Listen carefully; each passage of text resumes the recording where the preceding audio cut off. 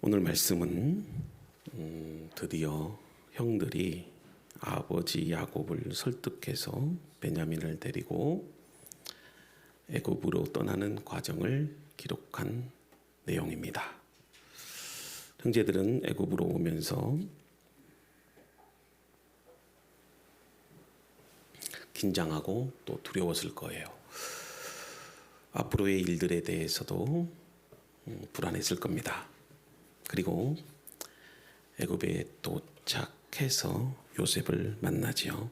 자, 말씀을 보니 요셉이 이 베냐민이 형제들과 같이 있음을 보고 청지기에게 다음과 같이 명령합니다.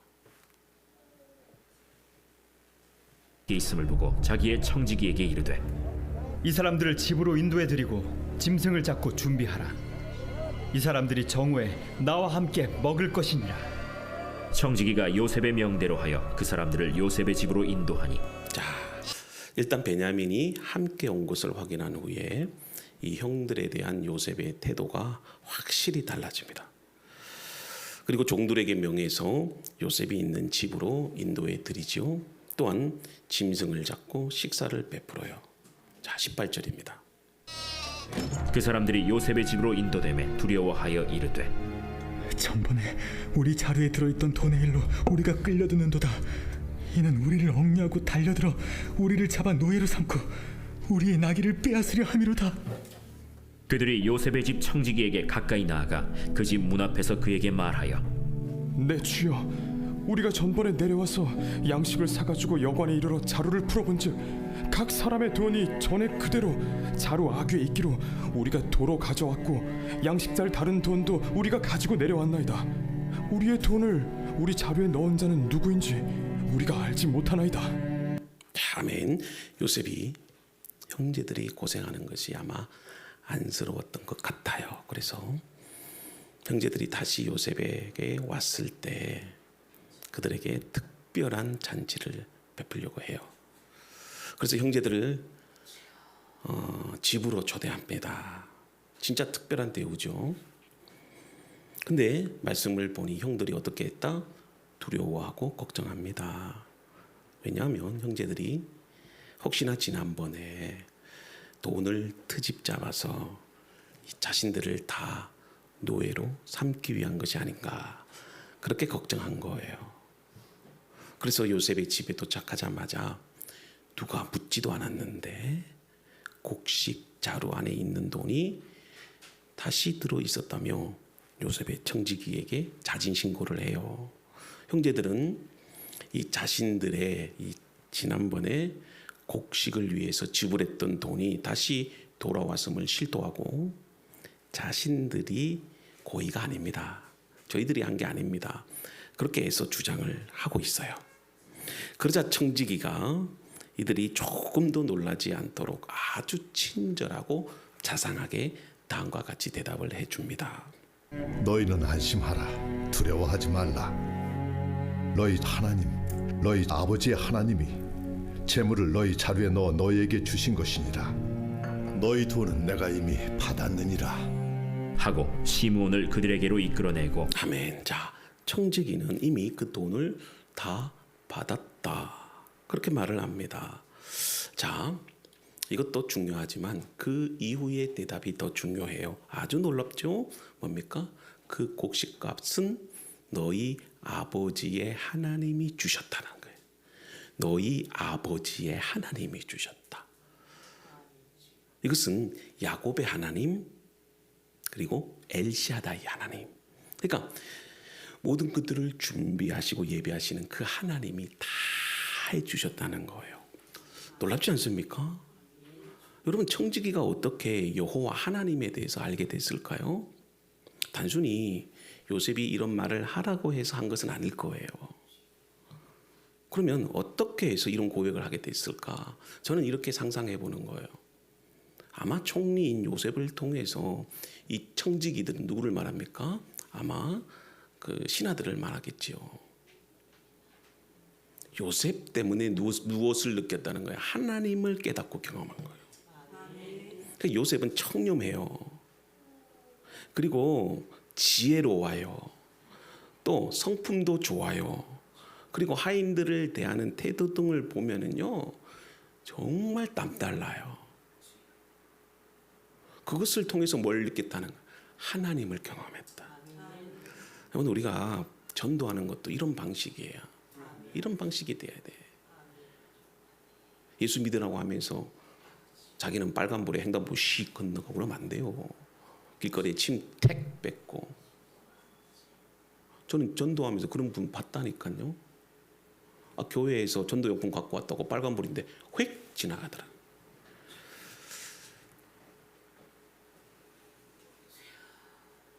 여러분, 시므온을 감옥에서 풀어서 형제들에게 돌려줘요. 그리고 형제들은 총리 공관에서 요셉을 기다립니다. 자, 요셉이 오자 형제들은 준비해온 선물을 내어놓으면서 땅에 엎드려 절을 하죠.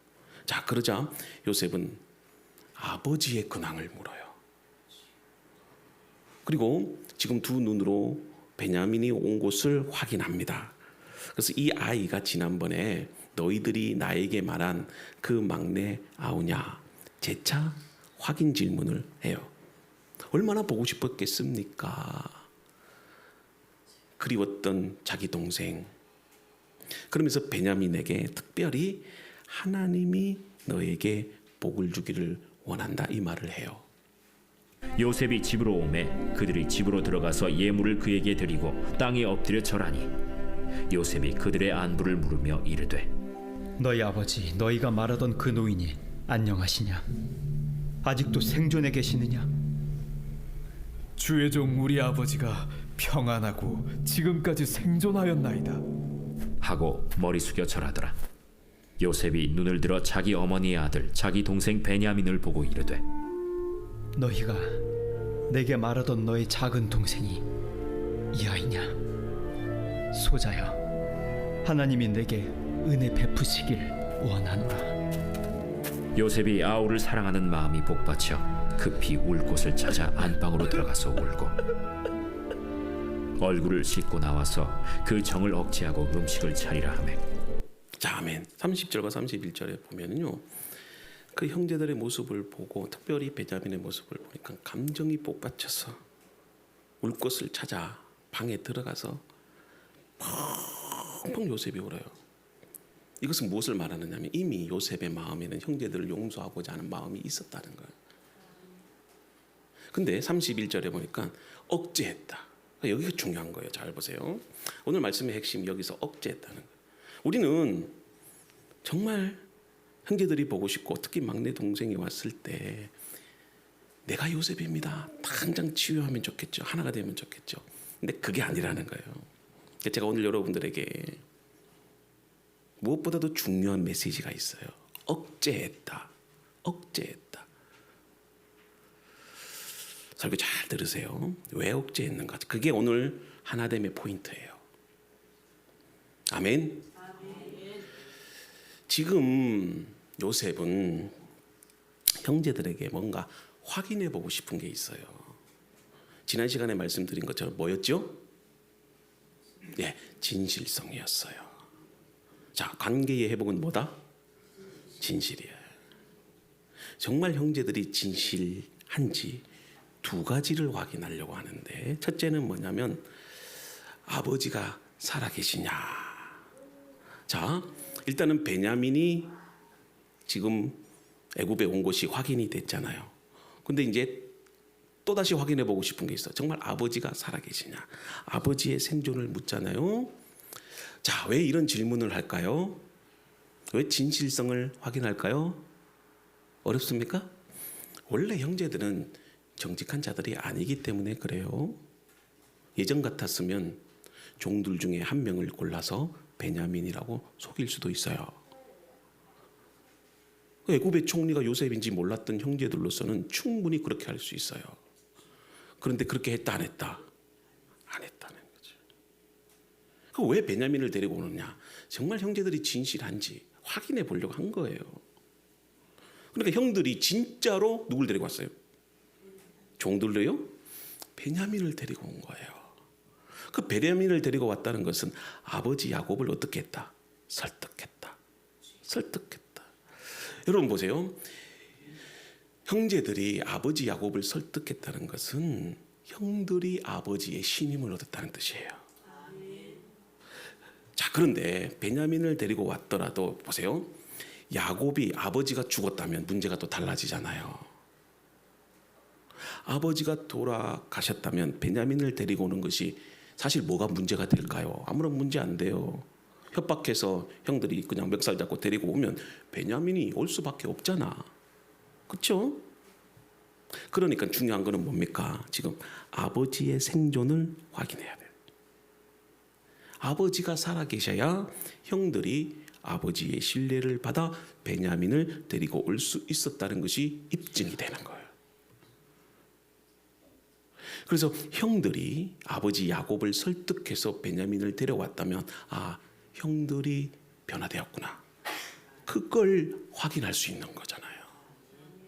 그래서 요셉은 이 아버지 야곱을 통해서 형들의 변화를 확인하고자 한 겁니다. 자, 그리고 두 번째. 자, 아버지가 살아계시다는 것을 확인한 요셉은 형들이 아버지를 어떻게 설득했는지를 알기 위해서 유난히 살펴요. 그 방식이 뭐냐? 잔치를 베푼 거예요. 그러니까 형제들을 위해서 상을 차렸는데 어떻게 했느냐면 나이 순서대로 자리에 앉히는 거예요. 그걸 형제들이 보니까 또 놀랐겠죠. 어떻게 총리가 우리 형제들의 순번을 알까? 자, 봅시다. 32절에 그들이 요셉에게 따로 차리고 그 형제들에게 따로 차리고 그와 함께 먹는 애굽 사람에게도 따로 차리니 애굽 사람은 히브리 사람과 같이 먹으면 부정을 입음이었더라. 그들이 요셉 앞에 앉되 그들의 나이에 따라 앉히게 되니 그들이 서로 이상히 여겼더라. 요셉이 자기 음식을 그들에게 주되 베냐민에게는 다른 사람보다 5배나 주매 그들이 마시며 요셉과 함께 즐거워하였더라. 아멘. 지금 요셉은 형제들을 불러서 잔치를 벌이잖아요. 그리고 나이 순서대로 쫙 앉혀요. 그리고 나서 34절에 보니까 베냐민에게는 몇 배를 줬다? 5배를 줬다. 지금 요셉은 형제들의 태도를 보는 거예요. 무엇을 위해서? 정말 변했는지. 여러분, 요셉이 왜 이렇게 복잡하게 일을 처리하는 걸까요? 그냥 형제들에게 형님들 내가 요셉입니다. 다 용서하고 화해를 하면 끝나는 거잖아. 근데 여러분 기억하셔야 됩니다. 요셉이 진심으로 원하는 건 그냥 단순히 화해하는 게 아닙니다. 그리고 굶주린 가족에게 양식을 주어서 배부르게 하는 게 아니에요. 중요한 것은 서로 마음으로 하나가 되는 거예요. 그냥 양식을 얻기 위해서 그냥 형식적으로 용서할 수도 있어요. 근데 중요한 것은 뭐냐? 그 마음으로 하나가 됐는지를 확인해 보는 거예요. 그래서 지금 요셉이 확인하고 싶은 것이 형제들이 진심으로 자신의 잘못에 대해서 뉘우치고 있는가? 아니면 단지 곡식을 얻기 위해서 지금도 거짓말하고 있는 거 아닌가? 여러분, 이것에 대한 확신이 서지 않으면 자신을 노출시킬 수 없다고 그렇게 한 거예요. 여러분, 진정으로 하나가 되기 위해서는요, 자기 반성과 그 반성에 따른 책임을 지고 변화된 모습을 보여야 돼요. 그렇지 않으면 그 어떤 관계도 회복이 될 수 없습니다. 분열과 다툼으로 인해서 항상 갈등이 나타나잖아요. 그럴 때 우리는 정말 그 갈등의 상태로 나 흙이 들어갈 때까지 네 얼굴 안 볼 거야. 아예 그렇게 있든지, 아니면 그래도 정말 하나가 되기를 원해서 그렇게 관계 회복을 원한다면은요, 중요한 것은 뭐 봐야 된다? 무엇을 봐야 된다? 그 사람의 마음과 그 사람의 행동을 봐야 되는 거예요. 서로가 한쪽만 변화되기를 원한다고 그렇게 되는 게 아니에요. 관계는 제가 그랬잖아요. 트라이앵글이다. 하나님과 나와 피해를 당한 사람들이 하나가 돼야 돼요.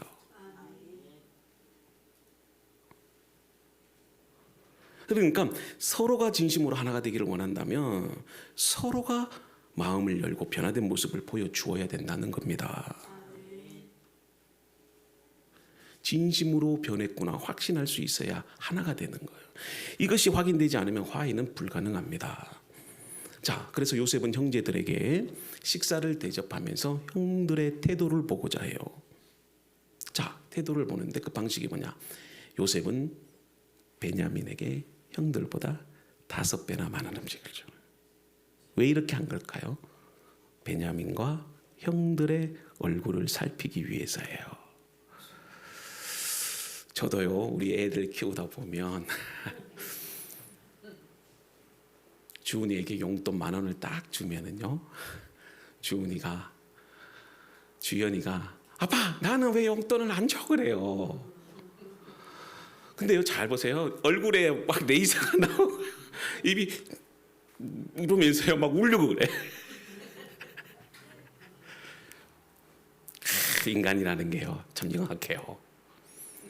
그래가지고 제가 지혜를 쓰잖아요. 1,000원짜리를 2개 줍니다. 걔는 10,000원의 가치를 몰라요. 한 장보다는 2장이 많거든요. 그래서 2,000원을 주면 금세 얼굴이 변하고요, 얼굴이 빵긋빵긋해지고 좋아해요.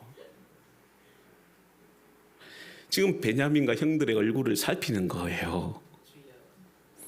그렇잖아. 아무리 베냐민이 함께 와도 얼굴에 시기심이 있는지 아니면 서로 속이는지 미워하는지 보면 압니까 모릅니까? 그런데 형들이 달라진 거야. 형들이 달라져.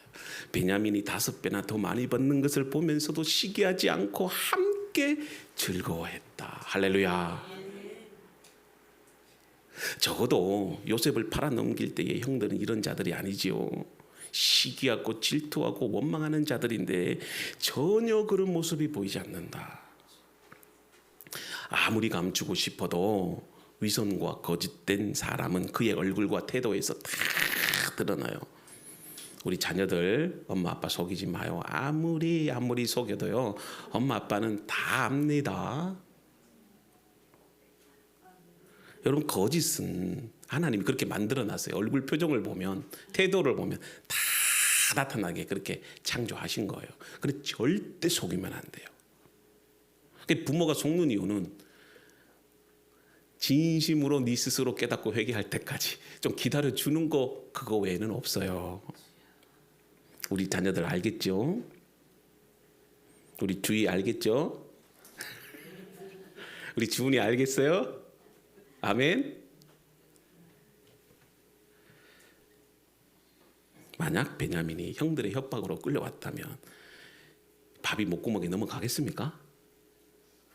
막 형들의 눈치를 보면서 막 얼굴을 막 저로 돌리고 막 발가락해지면서 두려워했겠죠. 형제들도 베냐민을 보면서 말하면 안 돼, 막 눈치를. 그러니까 웃고 있어도 웃는 게 아닙니다. 근데 진심으로 형제들이 베냐민을 사랑으로 품는 거예요.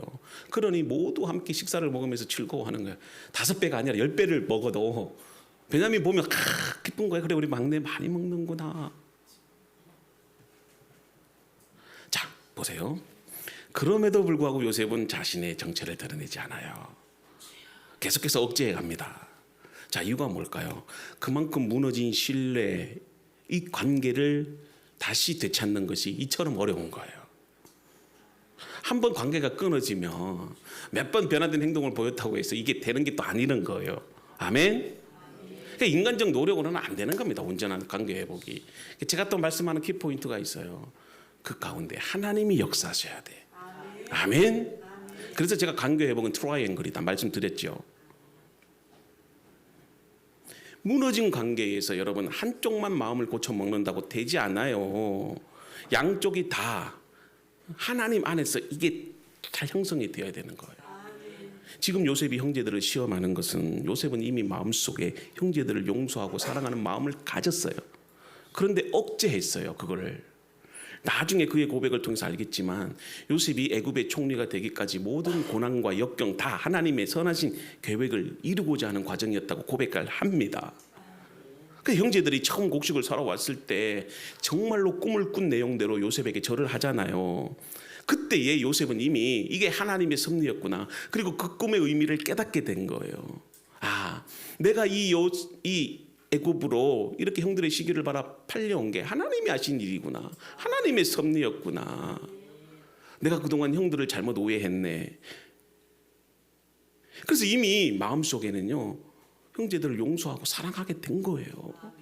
근데 여러분, 관계라는 것은 한쪽만 내가 용서한다고 해서 회복이 되는 게 아니에요. 형제들이 변하지 않으면, 형제들이 진심으로 회개하지 않으면, 깨닫지 않으면 의미가 없잖아요. 아멘. 서로가 받아들여야 되는 거예요. 서로가 잘못이 있다면 서로 용서를 구하고 진심으로 그것을 이해하고 사랑으로 어떻게 해야 된다? 품어야 돼.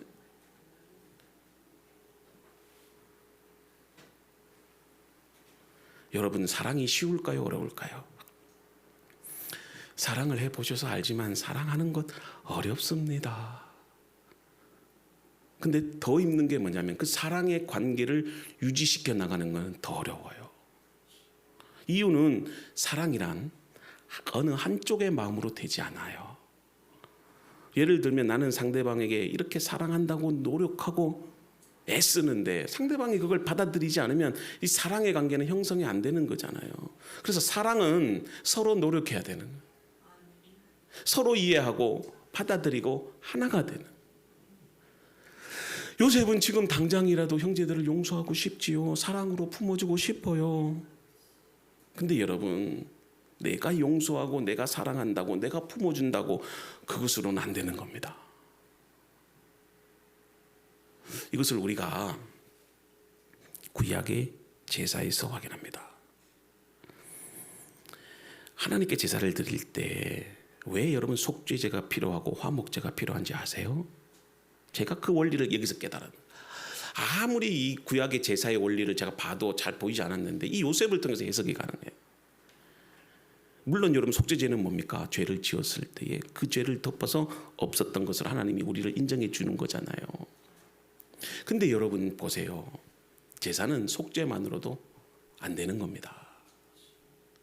하나님께서 아무리 우리의 죄를 용서하시고 우리를 사랑하신다고 하셔도 우리가 그 사실을 믿지 않고 은혜에서 도망치면 아무 소용이 없는 거예요. 아멘. 하나님이 여러분들에게 아무리 죄가 없다고 인정해 주셔도 여러분들의 죄된 양심이 다시 살아나고 과거에 대한 기억이 남아서 다시 하나님을 벗어난다면 정말 소용이 없는 거예요. 중요한 것은 뭐냐? 하나님께서 여러분들에게 내가 너를 사랑한다. 정말 내가 너와 함께하기를 원한다. 근데 여러분들이 마음을 열고 그것을 믿지 않으면 아무 소용이 없다는 그 말씀이에요. 구원이란 단순히 죄 용서받고 그냥 저 위에 천국 가는 거, 이것만으로 정의될 수 없어요.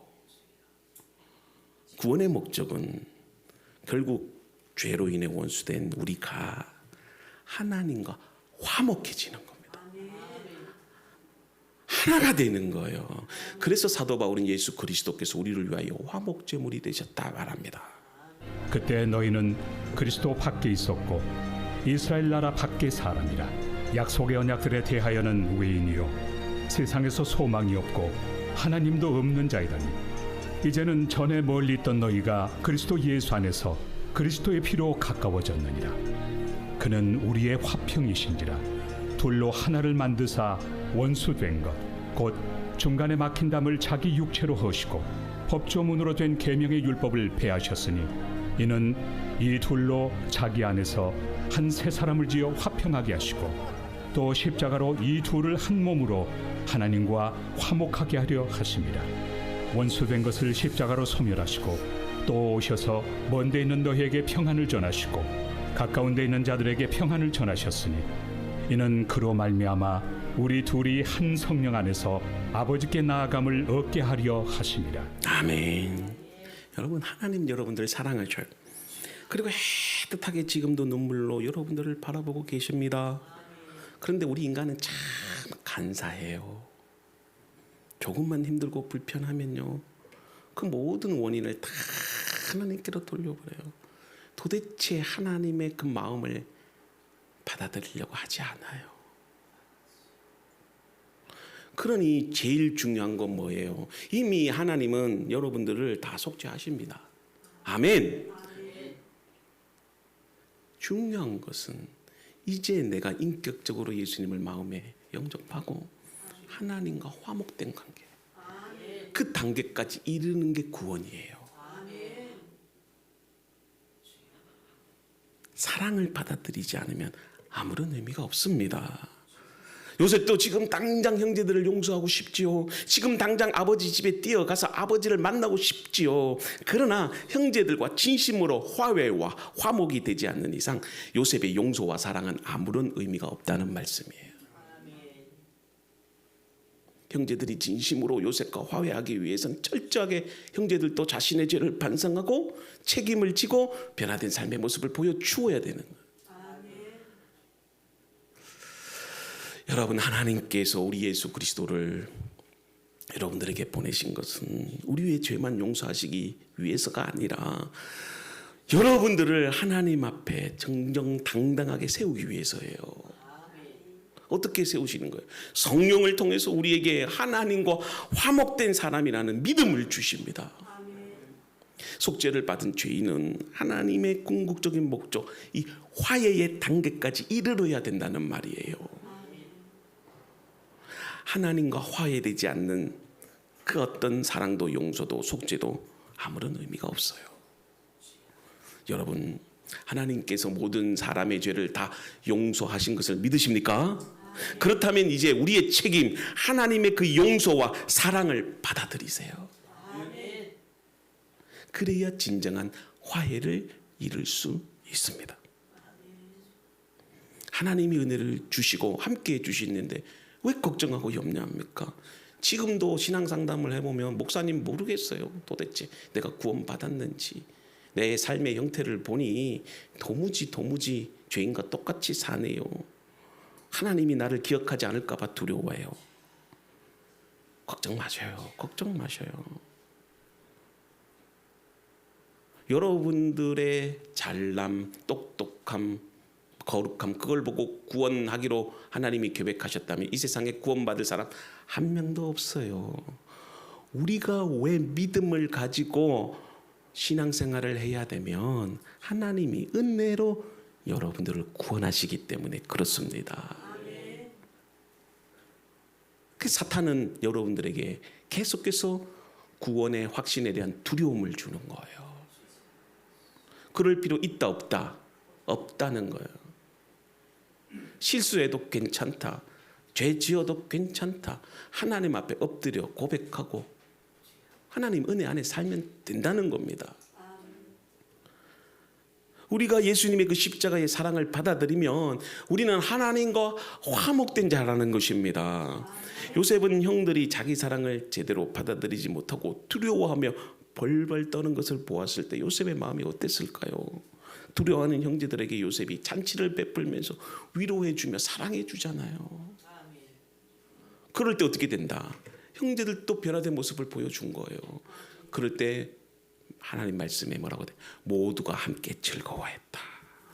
이게 바로 화해된 하나님 나라의 모습이에요.